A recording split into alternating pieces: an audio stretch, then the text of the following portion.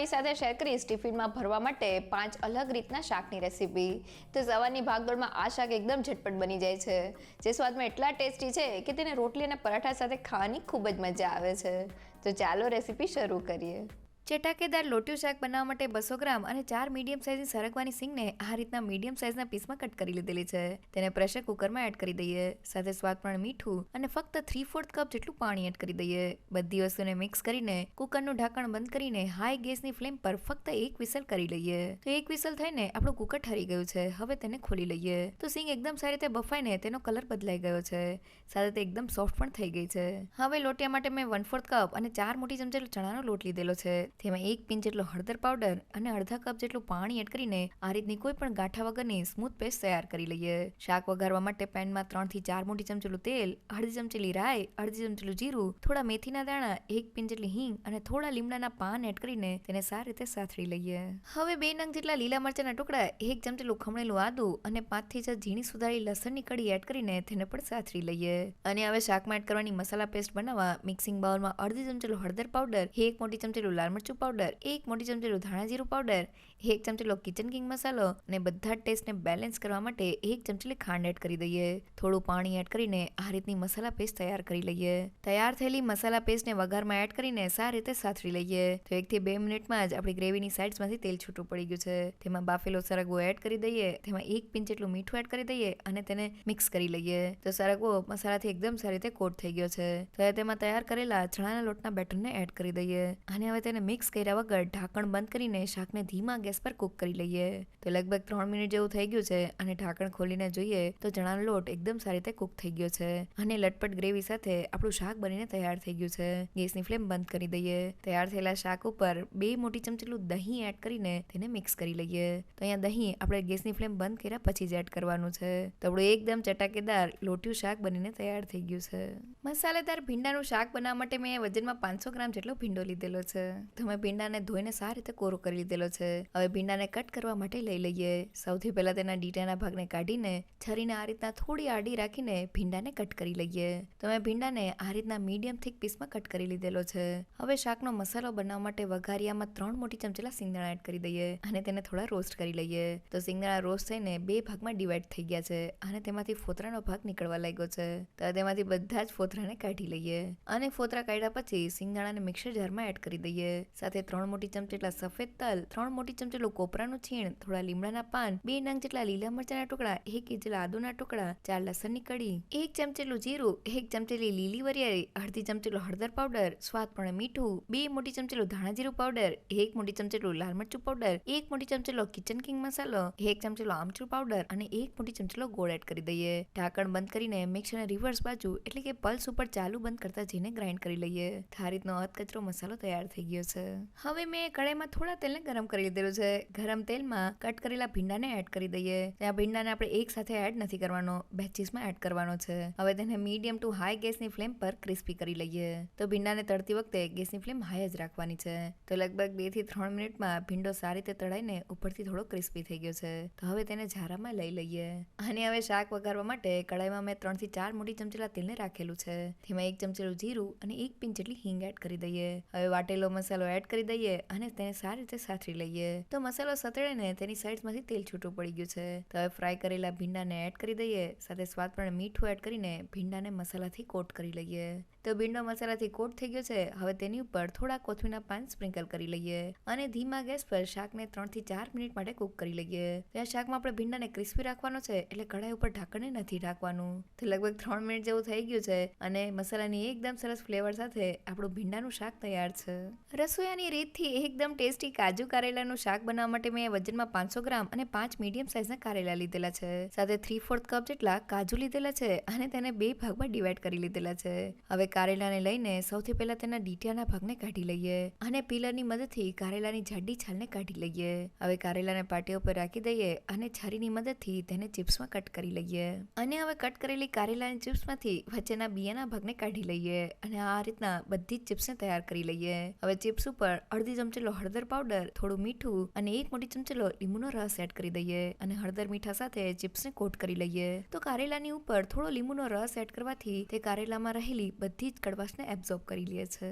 અને હવે તેને 15 થી 20 મિનિટ માટે રહેવા દઈએ. તો લગભગ 20 મિનિટ જેવું થઈ ગયું છે અને કારેલાની બધી જ કડવાશ હળદર અને મીઠાના પાણી સાથે નીકળી ગઈ છે. તો આ ચિપ્સને હાથમાં લઈને તેમાં રહેલું વધારાનું પાણી કાઢી લઈએ અને હવે તેને પ્લેટમાં રાખી દઈએ.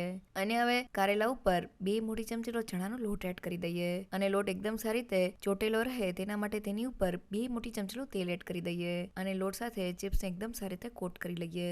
તો તમે જોઈ શકો છો કે લોટના એકદમ સરસ કોટિંગ સાથે આપણી કારેલાની ચિપ્સ તૈયાર થઈ ગઈ છે. હવે મેં કડાઈમાં થોડું તેલ ગરમ કરી લીધેલું છે. ગરમ તેલમાં 3/4 કપ જેટલા કાજુના ટુકડાને એડ કરી દઈએ અને તેને ધીમા ગેસ પર તળી લઈએ. તો 1 થી 2 મિનિટમાં કાજુ ઉપરથી થોડા ગોલ્ડન બ્રાઉન થઈ ગયા છે. તો હવે તેને ઝારામાં લઈ લઈએ અને પ્લેટમાં કાઢી લઈએ. અને હવે ગરમ તેલમાં કારેલાની ચિપ્સને એડ કરી દઈએ અને તેને મીડિયમ ટુ હાઈ ગેસની ફ્લેમ પર તળી લઈએ. તો લગભગ 5 થી 7 મિનિટ જેવું થઈ ગયું છે અને કારેલાની ચિપ્સ એકદમ સારી રીતે તળાઈ ગઈ છે. તેની ઉપર એક ક્રિસ્પી કોટિંગ થઈ ગયું છે અને તેને છરીની મદદથી તોડીએ તો તે 80% જેવી કૂક થઈ ગઈ છે. તો હવે તેને પણ પ્લેટમાં કાઢી લઈએ. અને શાકમાં એડ કરવાનું મસાલા મિક્સ બનાવવા મિક્સિંગ બાઉલમાં અડધી ચમચીલો હળદર પાવડર, 1 મોટી ચમચીલું લાલ મરચું પાવડર, 1 મોટી ચમચીલું ધાણા જીરું પાવડર, અડધી ચમચીલો શેકેલા જીરાનો પાવડર, અડધી ચમચીલો ગરમ મસાલા પાવડર, 1 ચમચીલો લીલી વરિયાળીનો પાવડર, અડધી ચમચીલો સંચળ પાવડર, સ્વાદ પ્રમાણે મીઠું અને 1 ચમચીલો આમચૂર પાવડર એડ કરી દઈએ અને બધી જ વસ્તુને મિક્સ કરીને આપણું મસાલા મિક્સ તૈયાર થઈ ગયું છે. અને હવે શાક વઘારવા કઢાઈમાં 3 થી 4 મોટી ચમચીલું તેલ લીધેલું છે. તેમાં 1 ચમચીલું જીરું, 1 પિંચ જેટલી હિંગ, 2 મોટી ચમચીલા સફેદ તલ અને 1 મોટી ચમચી લીલી વરિયાળી એડ કરીને તેને સારી રીતે સાતળી લઈએ. અને હવે ફ્રાય કરેલી કારેલાની ચિપ્સને એડ કરી દઈએ અને વઘાર સાથે સારી રીતે કોટ કરી લઈએ. અને હવે કારેલા એકદમ સારી રીતે કૂક થઈ જાય એટલે કઢાઈ ઉપર પ્લેટને રાખીને તેની ઉપર થોડું પાણી એડ કરી દઈએ. તો પાણીને એકદમ સરસ ભાવ બનશે અને આ કારેલા 100% કૂક થઈ જશે. તો 5 થી 7 મિનિટ પછી ડીશને હટાવી દઈએ અને કારેલાને ચેક કરીએ તો તે 100% કૂક થઈ ગયા છે. હવે તેમાં તળેલા કાજુને એડ કરી દઈએ સાથે 4 નંગ જેટલા લીલા મરચાંને એડ કરીને બધી જ વસ્તુને મિક્સ કરી લઈએ. અને હવે તૈયાર કરેલા મસાલા મિક્સને એડ કરી દઈએ અને સારી રીતે મિક્સ કરી લઈએ. અને હવે કારેલાની કડવાશને બેલેન્સ કરવા માટે તેમાં અડધા કપ જેટલો ગોળ એડ કરી દઈએ અને તેને મિક્સ કરી લઈએ. ઢાંકણ બંધ કરીને શાકને ધીમા ગેસ પર 2 મિનિટ માટે કૂક કરી લઈએ. ઢાંકણ ખોલીને જોઈએ તો મસાલાના એકદમ સરસ કોટિંગ સાથે આપણું શાક બનીને તૈયાર થઈ ગયું છે. તેની ઉપર થોડા કોથમીરના પાન સ્પ્રિંકલ કરી લઈએ.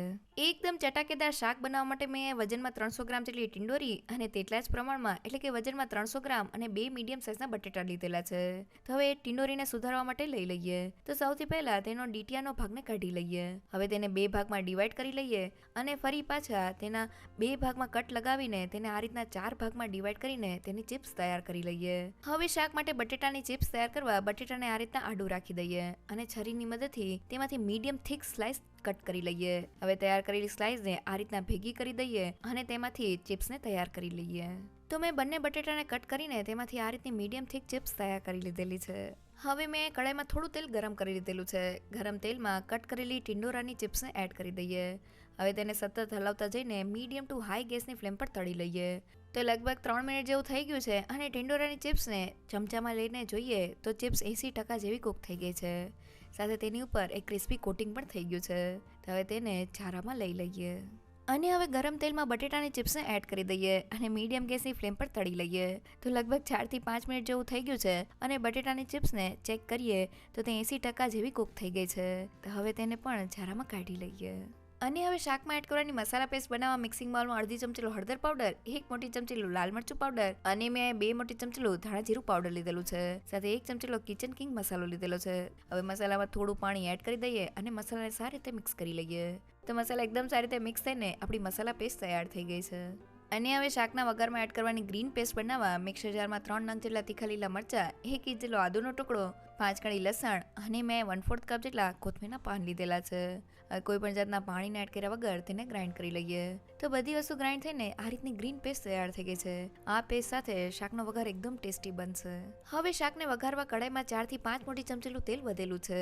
ગરમ તેલમાં 1 ચમચીલી રાઈ, 1 ચમચીલું જીરું, 1 મીંચ જેટલી હિંગ, 2 સૂકા લાલ મરચા અને થોડા લીમડાના પાન એડ કરીને વઘારને સારી રીતે સાતળી લઈએ.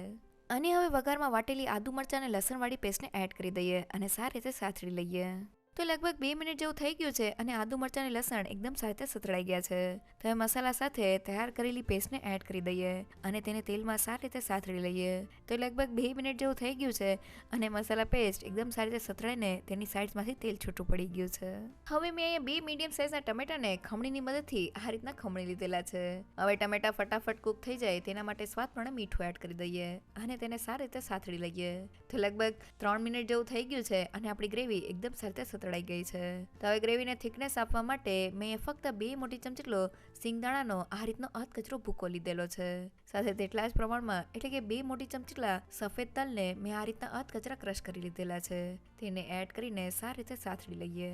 તો લગભગ 2 થી 3 મિનિટ જેવું થઈ ગયું છે અને મસાલા સાથે ગ્રેવી એકદમ સારી રીતે સતળાઈને તેની સાઈડમાંથી તેલ છૂટું પડી ગયું છે.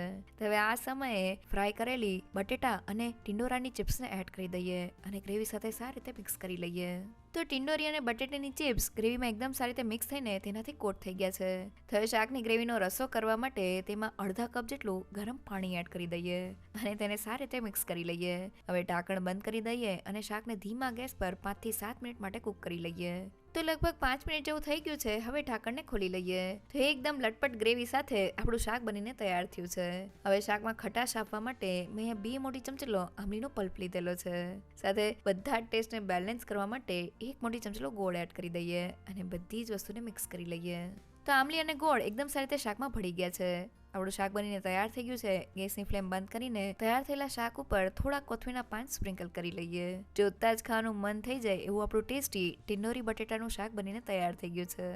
ટેસ્ટી અને એકદમ ચટાકેદાર ગુવાર ગોટાનું શાક બનાવવા માટે મેં 250 ગ્રામ જેટલા ગુવારને આ રીતના મીડિયમ સાઇઝના પીસમાં કટ કરી લીધેલું છે.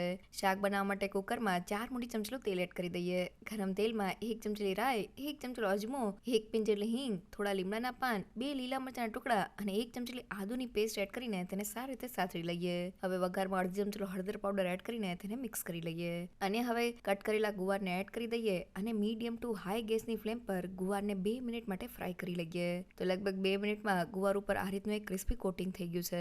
તો હવે શાકમાં એડ કરવાની લસણની ચટણી બનાવવા માટે ખાયણીમાં 7 થી 8 ચમચી લસણની કડી, 1 મોટી ચમચી લાલ મરચું પાવડર અને 1 પિંચ જેટલું મીઠું એડ કરીને લસણને સારી રીતે ખાંડી લઈએ. હવે ખાંડેલી લસણની ચટણીને મિક્સિંગ બાઉલમાં એડ કરી દઈએ અને તેમાં 1 ચમચી લાલ મરચું પાવડર, 1 મોટી ચમચી ધાણા જીરું પાવડર, અડધી ચમચી ગરમ મસાલા પાવડર અને 1 ચમચી ખાંડ એડ કરી દઈએ અને થોડું પાણી એડ કરીને આ રીતની મસાલા પેસ્ટ તૈયાર કરી લઈએ. તૈયાર થયેલી મસાલા પેસ્ટને શાકમાં એડ કરી દઈએ અને સારી રીતે સાતળી લઈએ. હવે અડધા કપ જેટલી ટમેટો પ્યુરે સાથે સ્વાદ પ્રમાણે મીઠું એડ કરીને તેને સારી રીતે મિક્સ કરી લઈએ. ઢાંકણ બંધ કરીને શાકને ધીમા ગેસ પર કૂક કરી લઈએ. ગોટા બનાવવા માટે મિક્સિંગ બાઉલમાં 1 કપ જેટલી ઝીણી સુધારેલી કોથમીર, 1 કપ જેટલો ચણાનો લોટ, 1 ચમચી આદુ મરચાં અને લસણની પેસ્ટ એડ કરી દઈએ. સાથે 1/4 ટીસ્પૂન જેટલો હળદર પાવડર, અડધી ચમચી લાલ મરચું પાવડર, સ્વાદ પ્રમાણે મીઠું, 1 ચમચી ખાંડ, 1/8 ટીસ્પૂન જેટલો બેકિંગ સોડા એટલે કે ખાવાનો સોડા, 1 ચમચી લીંબુનો રસ અને 1 મોટી ચમચી તેલ એડ કરીને તેને સારી રીતે મિક્સ કરી લઈએ. 1 થી 2 ચમચી પાણી એડ કરીને આ રીતનો મીડિયમ સોફ્ટ લોટ બાંધી લઈએ. હવે હાથને થોડો તેલવાળો કરીને થોડું મિક્સર હાથમાં લઈને આ રીતના નાના ગોટા તૈયાર કરી લઈએ. આની શાકને જોઈએ તો ગ્રેવીની સાઈડમાંથી તેલ છૂટું પડી ગયું છે. હવે તેમાં 1 કપ જેટલું ગરમ પાણી એડ કરીને તેને મિક્સ કરી લઈએ. પાણી આ રીતના ઉકળવા લાગે એટલે તૈયાર કરેલા ગોટાને ગ્રેવીમાં એડ કરી દઈએ અને હવે આપણે તેને મિક્સ નથી કરવાના. હવે રસાને થિકનેસ આપવા માટે ગોટાવાળા બાઉલમાં મેં થોડું પાણી એડ કરી દીધેલું છે. તેને શાકમાં એડ કરી દઈએ. કુકરનું ઢાંકણ બંધ કરીને હાઈ ગેસની ફ્લેમ પર 2 વિસલ કરી લઈએ. તો 2 વિસલ પછી આપણું કુકર ઠરી ગયું છે. તેને ખોલી લઈએ.